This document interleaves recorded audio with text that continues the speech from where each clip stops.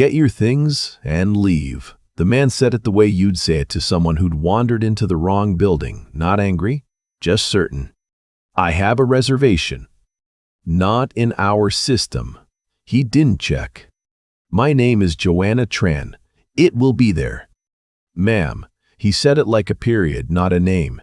This is a private club. Let me help you find the exit. And Joanna Tran, 31 years old, wearing a blazer she'd had since grad school and carrying a coffee that had gone cold in the parking lot, looked at the man blocking her path and said nothing. She just filed it away, the same way she'd been filing things away her entire career.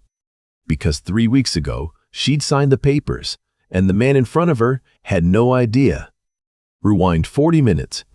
Joanna drove the long way in from the highway, the one that curled through old money neighborhoods where the trees were planted before the houses were. She drove a 9-year-old Civic with a cracked rear bumper clip held together with a zip tie she'd never gotten around to replacing. She had the heat on, even though it wasn't that cold yet because it was early October in Ontario, and the morning had that damp gray chill that settles in your bones if you let it. Her phone sat in the cuff holder. One name on the screen from a text sent 20 minutes ago. Her sister, Bea. You sure you don't want me there? Joanna had typed back, I want to see it first, just me. She wasn't sure that was the whole truth, but it was enough of it.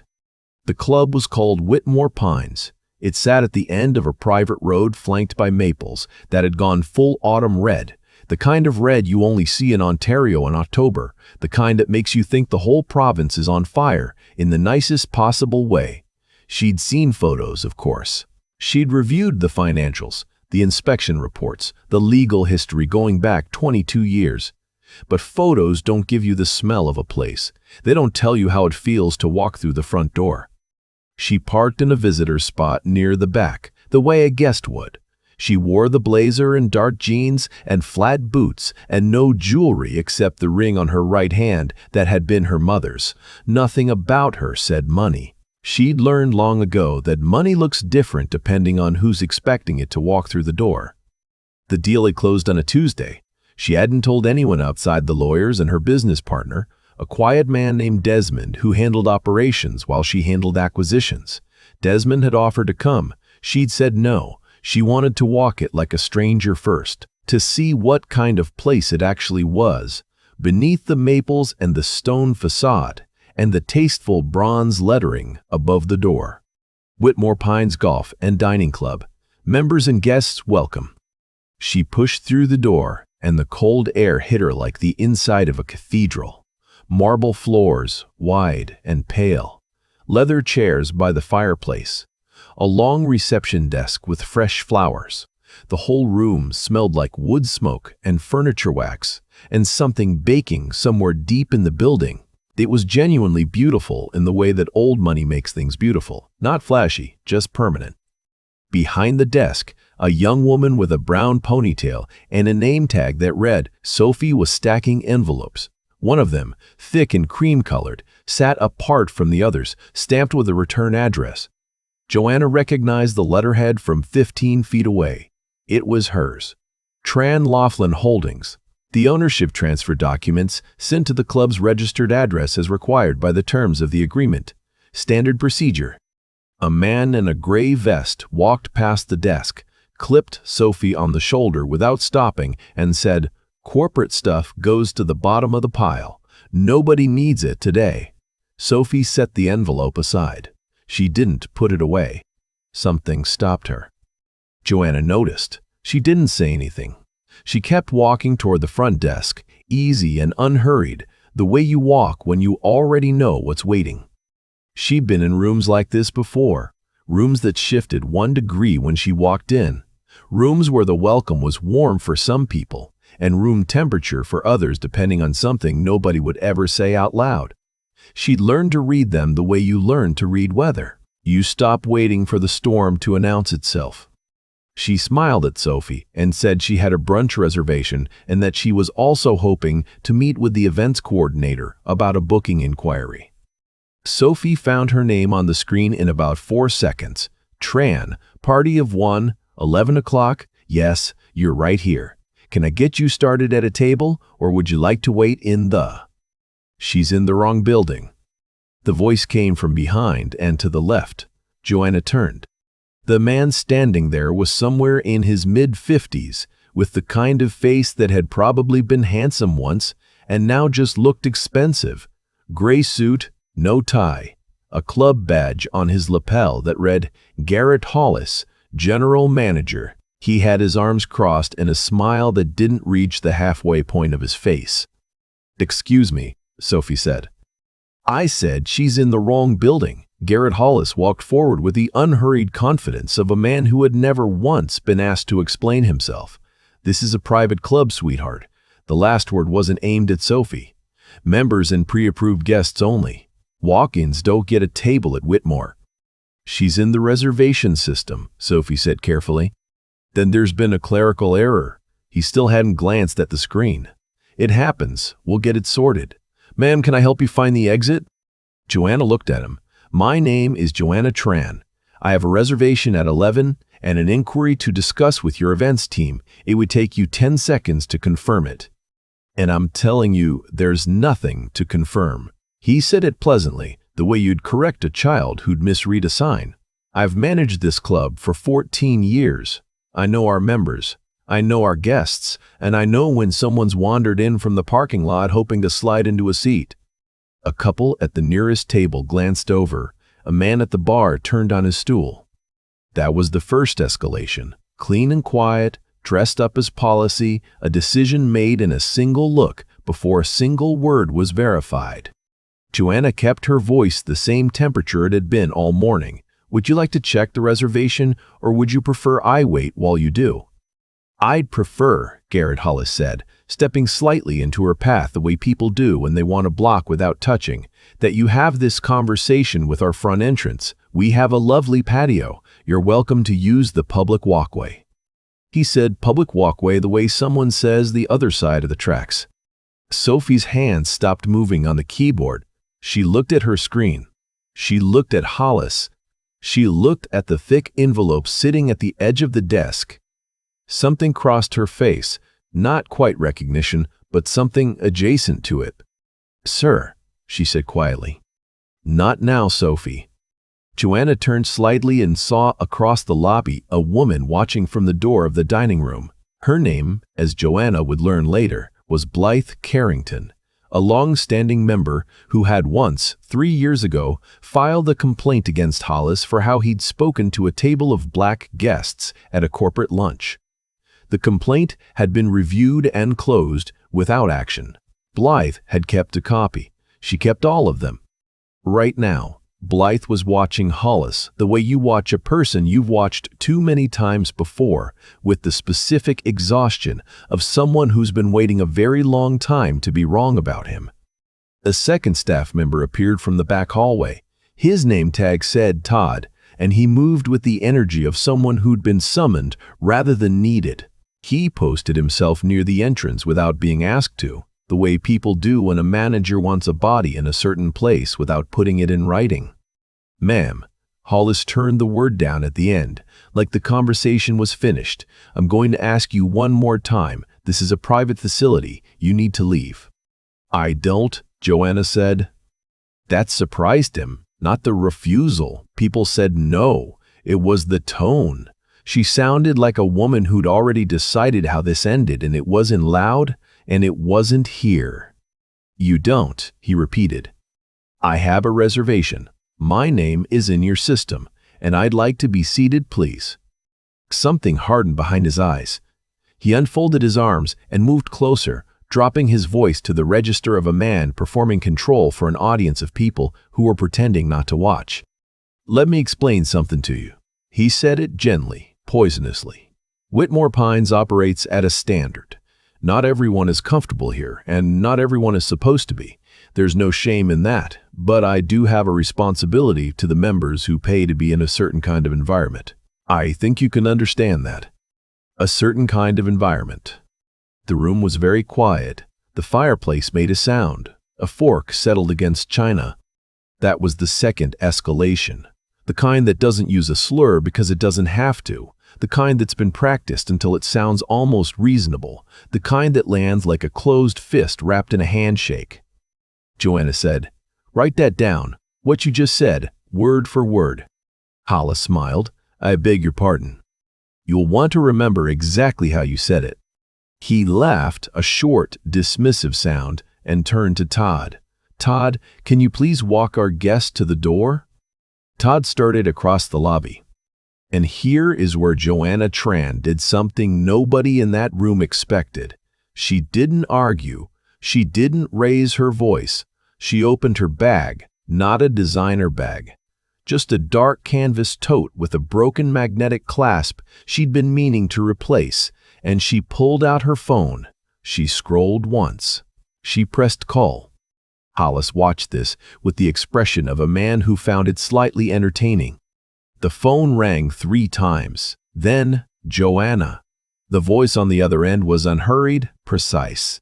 A woman named Renata Osei Forson, Joanna's general counsel for 6 years, who had never once in those 6 years started a phone call with anything as soft as hello.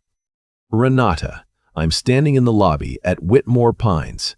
I need you to send the executed transfer documents to the club's fax line, the one that goes to the front desk. All 3 pages. Now." A half-second pause. The faint sound of a chair. Situation? Nothing unusual, just wanted in the room. 2 minutes, Renata said, and the line went quiet. Hollis clapped once, slow. "Oh, good. You're calling your lawyer." He said it to the room as much as to her, spreading his arms slightly, inviting everyone in. "Folks, I want you to know we take trespassing seriously at this club, even when the trespasser has good legal representation." A man at the far table chuckled. Someone else looked away into their orange juice. Todd had stopped walking. He stood halfway across the lobby, uncertain, waiting for a signal. Sophie was very still at the desk. Blythe Carrington set down her coffee cup. Then Hollis did the thing that sealed it. Not because it was the worst thing he'd said, but because it was the most deliberate. He looked at Joanna, really looked at her, the blazer, the tote, the cold coffee, and said, "You know what I admire? The confidence, really. Walking into a place like this, looking like that, acting like you have every right to be here." He shook his head like he was complimenting a puppy. "It must take a lot of nerve. Looking like that." Sophie's hand found the thick cream envelope at the edge of the desk. The fax machine behind the reception counter began to hum. That was escalation 3, the one that doesn't have a trapdoor. It is the trapdoor. Sophie picked up the envelope. She turned it over. She looked at the return address. Then she looked at Joanna. Then at the name printed neatly in the top corner of the fax pages emerging from the machine. She read the first line of the cover letter. Her face changed the way a room changes when someone opens the curtains. She stepped out from behind the desk. Hollis had his back to her, still performing for the room. "Mr. Hollis," her voice came out thin and careful. "Sophie," I said, "not now." "Mr. Hollis," louder with something underneath it, "you need to stop talking." The room heard it. He turned around. Sophie held up the fax pages. Her hands were steady, which impressed Joanna later when she thought about it, because Sophie was 24 years old and had worked at Whitmore for 11 months, and Garrett Hollis signed her paychecks. This came through on the club fax. Just now, Sophie's voice had found its footing. "It's a notice of completed ownership transfer for Whitmore Pines Golf and Dining Club, executed under Ontario Business Corporations Act provisions, stamped and witnessed." She swallowed. "The acquiring party is Tran Laughlin Holdings." She looked up. "The principal is named on page 3. She turned the last page around so Hollis could see the signature. Joanna Tran. The word Tran landed in that lobby like a stone dropped into still water. Hollis stared at the page. His face went through several things in about 4 seconds. Confusion, recalculation, the specific horror of a man doing arithmetic he cannot make add up in his favor. His mouth opened. Nothing came out. He started. "That could be fabricated. Anyone can." "It came through your own fax line," Sophie said, steadier now. The one registered to club management. And it matches this. She held up the cream envelope, still sealed, still exactly where Hollis had told her to ignore it. This arrived in the mail 3 days ago. You told me to put it with the corporate notices. I didn't throw it away. She said I didn't throw it away with 4 extra pounds behind it. The dining room door opened. A woman walked in, heels quiet on the marble, a folder tucked under one arm. This was Constance Yee, the club's outgoing board chair, who had gotten a call from Renata Osei-Forson 12 minutes ago while sitting in her car in the parking lot and had walked straight back inside. She took in the room in about 2 seconds, the way people who run things take in rooms. She looked at Joanna, Ms. Tran, clear and direct, carrying across the whole lobby. I apologize that we weren't prepared for your visit, and I'm very glad you're here. Then her eyes moved to Hollis, standing in the middle of the marble floor with his arms at his sides. Something in her expression said finally, and said it clearly, and said it without any pleasure at all. "Garrett," she said, "what did you do?" It wasn't a question. The power in that room didn't shift slowly. It flipped like a switch. 1 second, Hollis was the gravity. The next second, he was just a man standing in the middle of a floor that had never belonged to him. Todd, across the lobby, discovered that he urgently needed to be somewhere near the back wall. Joanna stepped forward, not toward Hollis, toward the center of the room. She didn't raise her voice, she just stopped being quiet, and the difference filled the space completely. "Garrett Hollis," she said, "general manager, 14 years. She let it sit there. You told me I was in the wrong building. You told me to use the public walkway. You told a room full of people that not everyone is comfortable here and that you have a responsibility to protect a certain kind of environment." She said those last 4 words the way you pick up something with 2 fingers because you don't want to touch it with your hand. You said it looks like it takes nerve to walk in here looking like that. She looked around the room slowly. The members with the orange juice, the man who chuckled, the people who decided to find their plates fascinating. "I bought this club 3 weeks ago. I'm the reason this building has a budget for next year. I came in a 9-year-old car and a Blazer from 2016 because I wanted to see what kind of place this actually is when the people running it think nobody important is watching." A long quiet. "Well," she said, "I saw it." Hollis made one more attempt. They always make one more attempt. His voice had gone soft and operational, all the edge drained out, replaced with something that was supposed to sound like regret. "Miss Tran, there's been a profound misunderstanding. I was acting on policy, on procedure. We've had incidents, security concerns. It wasn't about." "It was about exactly what it sounded like," Joanna said. "You said it in front of 40 people and a reception desk camera. There's no version of this where you walked it back." Constance Yee opened her folder on the reception counter. "I've been keeping records," she said, almost to herself. 17 formal complaints in 6 years, 3 wrongful dismissal grievances from former staff, 2 undocumented incidents I have witnesses for. She didn't look at Hollis when she said it. "I brought this to the Davis board 4 separate times. 4 times they decided not to act." She looked at Joanna. "The Davis board is not your board." "No," Joanna said. "It isn't." She turned back to Hollis. She didn't perform it. She didn't build to it. "As of today, your employment with Whitmore Pines is terminated for cause. There's a conduct clause in your contract. You violated it in this lobby in the last 20 minutes, on camera, in front of witnesses, and you did most of the work yourself." She nodded toward the main entrance. "Todd can walk you out. Same door you wanted to walk me through." Hollis opened his mouth. "There's a conduct clause," Joanna said again, quieter. "Read it tonight. Talk to a lawyer. That's not a threat.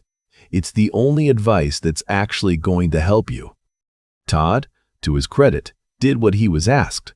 He walked Hollis through the lobby, past the leather chairs and the fireplace and the front desk with the autumn flowers, and out through the door into the October morning, where the maples were still red and the air still had that damp gray chill in it. Hollis blinked at the sky like a man coming out of a building he'd thought he lived in. Joanna watched him go through the tall windows. Then she turned around and looked at the room. The staff along the walls, the servers, the coat check attendant, a young man from the kitchen who drifted out to see what the noise was.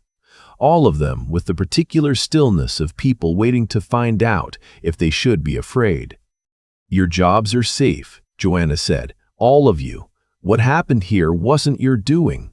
Hollis ran this place the way he ran it, and the board that should have stopped him didn't. That's over. Your jobs are not." She watched the room breathe. A line cook in the doorway put his hand over his mouth. He was about 40, broad-shouldered, and he looked like a man who had been holding his breath for a long time without fully realizing it. Then Joanna walked to the front desk, to Sophie, who was still holding the fax pages, who had stepped out from behind the counter when she didn't have to, and said, "Stop talking," when she had every reason in the world to stay quiet. "You didn't throw the envelope away," Joanna said. Sophie shook her head. "I don't know why I kept it. I had a feeling. He always told me corporate notices were noise. But something about that one. And just now, you didn't have to say anything. He signs your timesheet." "Yeah," Sophie said. "He does." A pause. "Did." Joanna almost smiled. "What's your full name?" "Sophie Bergeron." Sophie Bergeron. She said it the same way she'd said Garrett Hollis 20 minutes ago, except it sounded completely different, like something handed forward instead of something nailed down. "I'm going to remember that one." Constance Yee laid the folder on the desk. "Ms. Tran, I want you to know, some of us have been trying to address this for years. Those 17 complaints are documented. The witnesses are real. I will hand you everything I have today if you want it." "I want all of it," Joanna said. "Every page, starting this afternoon." "You'll have it," Constance said, and meant it. By that evening, it was everywhere. The club's own CCTV footage was subpoenaed within the week. Hollis's exact words, "a certain kind of environment, looking like that," appeared in a formal complaint filed with the Ontario Human Rights Tribunal 4 days later, supported by 11 witness statements from people who had been sitting in that lobby and chosen, finally, to write something down. It turned out the envelope wasn't the only thing Constance Yee had been quietly archiving. She had memos in Hollis's handwriting that had no business existing. Membership application notes that were code for things nobody should put in writing. Promotion records that told the story about who got ahead at Whitmore Pines across 14 years and who didn't, and what the pattern looked like when you laid it all out on a table. Former staff came forward. A sous chef who'd been told his accent made guests uncomfortable and had left without filing anything because he'd been young and needed a reference. A housekeeping supervisor passed over for a management role 4 times, each time in favor of someone white with less experience who had eventually accepted the lateral transfer to a different property rather than keep watching. A server who'd made a formal complaint about Hollis's language in 2019 and been quietly moved to fewer shifts and then off the roster entirely by March. One by one, they'd each assumed it was just them, a personal difficulty, a clash of personalities, a bad fit. It had never been any of those things. It had been the design. The legal process took months. The Human Rights Tribunal case was filed, documented, and heard. Hollis's own words, his own handwriting, his own recorded conduct provided most of the evidence. The former Davis board members issued statements that nobody found convincing. There is no good explanation for 17 complaints and no action. The tribunal didn't accept the ones that were offered. Hollis avoided a personal fine by agreeing to a supervised remediation order, which in practice meant his name was attached to a public finding of discrimination for the rest of his career. The club entity, still carrying liability from the Davis years, settled the civil claims brought by former staff. The amounts were not disclosed, but 3 people who had left Whitmore in silence received something closer to what they were owed. And Joanna did not sell. She could have. The property alone was worth more than she'd paid for the full acquisition. Several buyers approached her within 60 days of the story becoming public. She turned them all down. She hired an outside consultancy to review the membership process from the ground up. She brought in a former Ontario Human Rights Commission investigator to audit the staffing records and recommend structural changes. She rewrote the complaints process so that it went to an external review body rather than internal management, so that the next person who filed something didn't end up quietly off the schedule by March. She promoted Constance Yee to an advisory role on the new governance board, not a ceremonial one, a working one with actual authority. And then she offered Sophie Bergeron the operations manager position. Sophie said no at first. She said she was 24 and she'd been at the club for less than a year, and she didn't know the first thing about running an operation at this scale. Joanna said, "You stepped out from behind the desk when you didn't have to. You kept a piece of paper you'd been told to throw away. You read it out loud in a room full of people who outranked you in every way that used to matter here. You know more than you think." Sophie asked for a week to think about it. She took 3 days. The following spring, on a Saturday in late April when the maples were coming back and the mornings had that particular Ontario softness that makes you think winter was a lie, you could stand in the lobby of Whitmore Pines and not quite recognize it. Not because it had been rebuilt. The marble was still there, the fireplace, the leather chairs, but the air was different. The kind of different that doesn't have a name but has a temperature. The membership rolls had been opened to a community application process, reviewed by an external panel. There was a junior golf program running on Tuesday and Thursday afternoons for kids from 3 schools in the area. On Friday mornings, the dining room hosted a subsidized brunch for a local seniors community group, the real community, the surrounding one that had existed long before Whitmore Pines had decided it owned the landscape. The sous chef, who'd been told his accent made guests uncomfortable, was working in the kitchen. He was head of it now. Joanna stood at the window of the office that had been Hollis's for 14 years, looking out over the fairways going green in the April light. Desmond had driven up from Toronto that morning with reports and coffee, and his customary refusal to talk about anything work-related before the coffee was finished. "Good acquisition," he said finally, which for Desmond was approximately a standing ovation. "Yeah," Joanna said. She didn't say it like she was proud of herself. She said it like someone crossing something off a list that had been sitting there for a long time. On the wall of the lobby, where a framed print of the original Whitmore Pines crest had hung for decades, there was something new.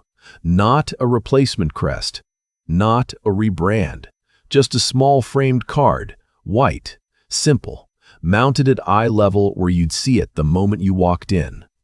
It said, "This used to be a place that decided who belonged. It isn't that anymore." Joanna had written it herself. She'd written 4 other versions first. That was the one that felt true.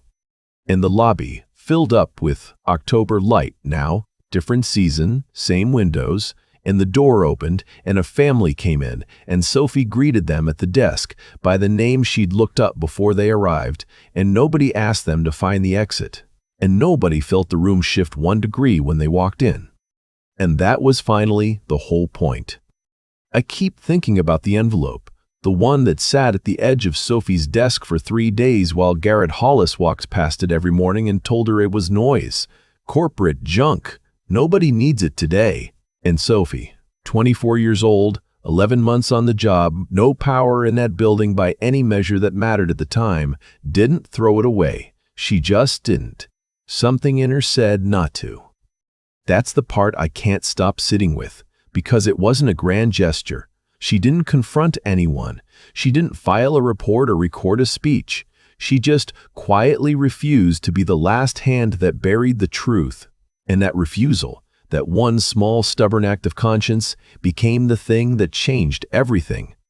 There's a version of this story where the envelope gets filed, where the fax pages come through and nobody's holding the proof, where Joanna stands in that lobby with nothing in her hands but her own word against the man with 14 years and a name badge. That version ends differently. And I think about all the times it has ended differently, in rooms just like that one, for people who didn't have a Renata to call or a deed in their pocket. What I keep coming back to is this. Garrett Hollis wasn't undone by bad luck. He was undone by the exact machinery he built. 14 years of decisions, the margin notes, the passed-over promotions, the complaints quietly shelved. All of it was still there. Constance had kept it. Sophie had kept the envelope. The fax machine printed what was already true. He didn't fall because someone finally had power over him. He fell because he'd never stopped accumulating consequences. He just stopped believing they could catch up. That's how it actually works, I think. Not as punishment handed down from somewhere outside us, but as the slow and patient arithmetic of how we treat people when we think it doesn't count. Every time Hollis waved off a complaint, every time he looked at a person and decided they didn't belong before they'd said a word, he was writing something down. He just wasn't the one holding the pen. And Joanna, I think about the kind of intelligence it takes to walk into a room you own and say nothing, to wear the old blazer, to drive the Civic with the broken bumper clip and park in the back. That's not just strategy. That's a kind of clear-eyed wisdom that most people spend a lifetime trying to develop. The willingness to see a thing as it really is, not as you want it to be, not as it presents itself when it knows you're watching. She could have announced herself. She had every right to. Instead, she wanted the truth of the place, and she went and got it. And then she did something with it that was harder than firing anyone. She decided to stay and fix it. That takes something. The steadiness to absorb what happened in that lobby, to not become bitter or punishing about it, to look at the staff lined up against the walls and say, your jobs are safe, this wasn't your doing. To look at Sophie and say, I'll remember that name. To look at a building that tried to throw you out and decide it's worth making into something better.